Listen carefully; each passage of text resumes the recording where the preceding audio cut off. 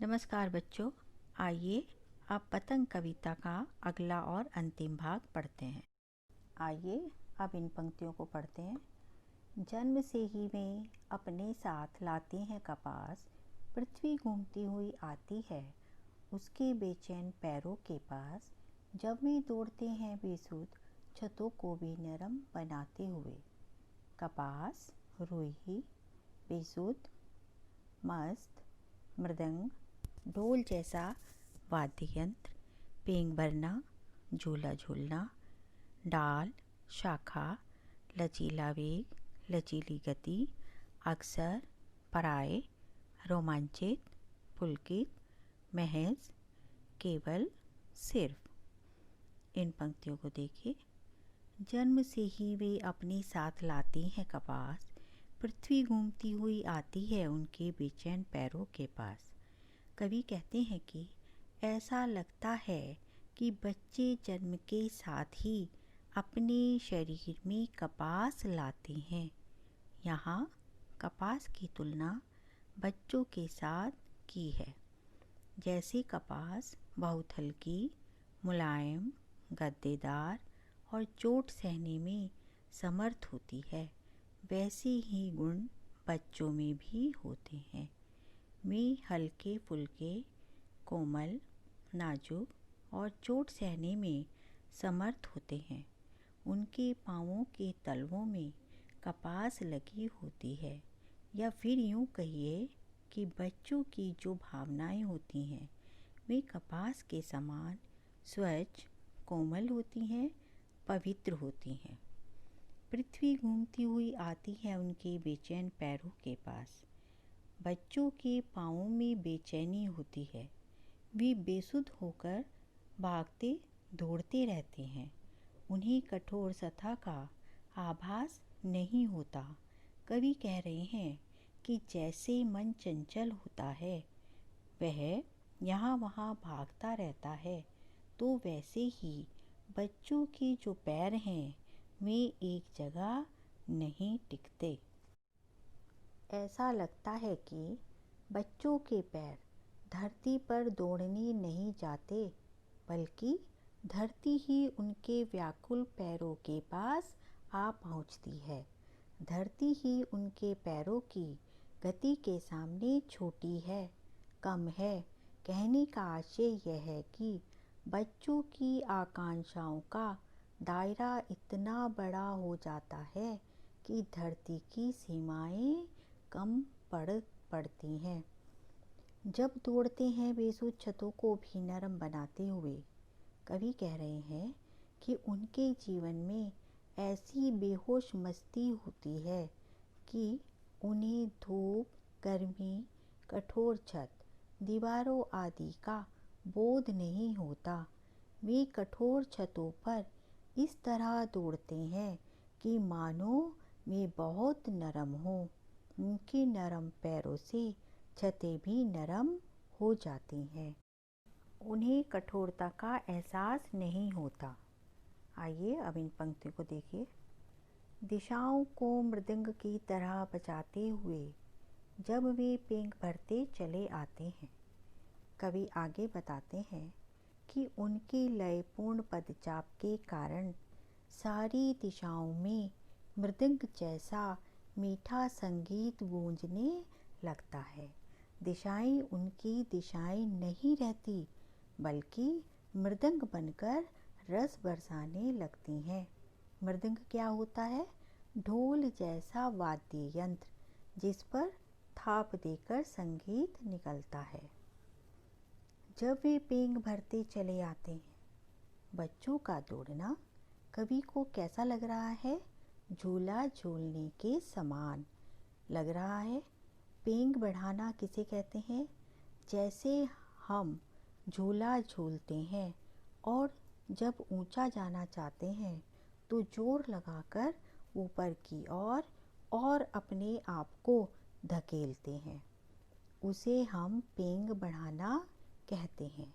तो बच्चे झूला झूलते नज़र आते हैं और पराए वे चलते हैं तो झूला झूलते हुए झोंकों के साथ चलते हैं। डाल की तरह लचीले वेग से अक्सर छतों के खतरनाक किनारों तक उस समय गिरने से बचाता है उन्हें। तो कवि क्या कह रहे हैं कि अगर आप किसी पेड़ की लचीली डाली को जोर से खींचकर छोड़ें तो वह अपनी सबसे तेज गति से अपनी पहली स्थिति में आ जाती है। वही गति बच्चों के पास भी होती है। क्यों? क्योंकि बच्चों का शरीर डाल की तरह लचीला होता है। यह लचीली गति ही प्राय बच्चों को गिरने से बचाती है। और जब बच्चे दौड़ते भागते छतों के खतरनाक किनारों पर पतंग उड़ाते हुए पहुंच जाते हैं और पतंग की डोरी खींचते खींचते वे इस स्थिति में आ जाते हैं कि वे गिर सकते हैं, तो ऐसे समय में उनका लचीला शरीर उन्हें गिरने से बचाता है। सिर्फ उनके ही रोमांचित कर शरीर का संगीत। कवि कहते हैं कि रोमांचित शरीर का संगीत यानी शरीर में खुशी, उत्साह, उमंग उत्पन्न होता है। और जब कभी आप खुश होकर कोई काम कर रहे होते हैं तो उस समय में लय पर आपका शरीर भी झूमता है और रोमांचित शरीर का संगीत यानी मन में खुशी भर जाता है। तो बच्चों के मन में जो खुशी मिलती है उन्हें पतंग उड़ाते समय उनके शरीर का जो संगीत है वह उन्हें बचाता है। पतंगों की धड़कती ऊंचाइयां उन्हें थाम लेती हैं महज एक धागे के सहारे।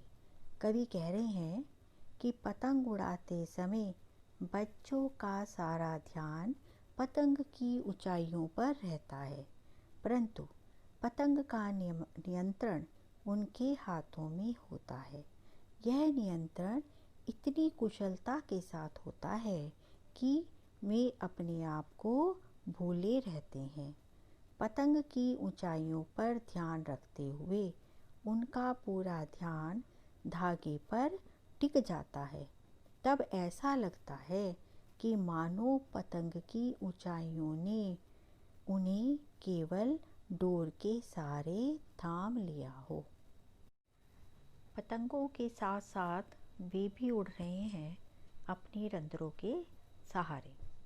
कवि कह रहे हैं कि पतंग उड़ाने वाले बच्चे मानो पतंग के साथ साथ खुद भी उड़ रहे हैं और मानो आकाश में अपनी पतंगों को देखकर बच्चों के मन भी आकाश में उड़ रहे हों।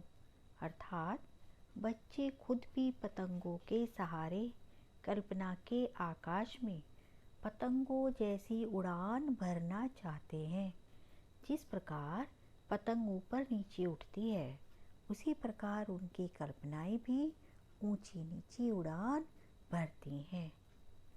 अपने रंध्रों के सहारे बच्चे स्वयं इतने हल्के होते हैं, भारहीन होते हैं कि पतंगों के साथ खुद भी आसमान की अनंतता में उड़ रहे होते हैं। उनकी देह में रोम छिद्र ही उन्हें भारहीन बनाते हैं और ऐसा लगता है कि वे अपने शरीर के रों से निकलने वाले संगीत के सहारे उड़ रहे हों। इन पंक्तियों को देखिए। अगर वे कभी गिरते हैं छतों के खतरनाक किनारों से और बच जाते हैं तो तब तो और भी निडर होकर सुनहले सूरज के सामने आते हैं। कवि कह रहे हैं यूं तो वे कभी गिरते नहीं, परंतु कभी कभार वे छतों के खतरनाक किनारों से नीचे गिर भी जाते हैं और गिरने के बाद बच जाते हैं तो वे पहले से अधिक निडर हो जाते हैं। उनका भय समाप्त हो जाता है, तब वे अत्यधिक उत्साह के कारण सुनहले सूरज के समान प्रकाशित हो उठते हैं। अर्थात वे अगली सुबह फिर पतंग उड़ाते हैं और उनकी गति और अधिक तेज हो जाती है और उत्साह दुगना हो जाता है। पृथ्वी और भी तेज घूमती हुई आती है उनके बेचैन पैरों के पास कि तब वे अपने बेचैन पैरों से मानो सारी पृथ्वी को नाप लेना चाहते हैं।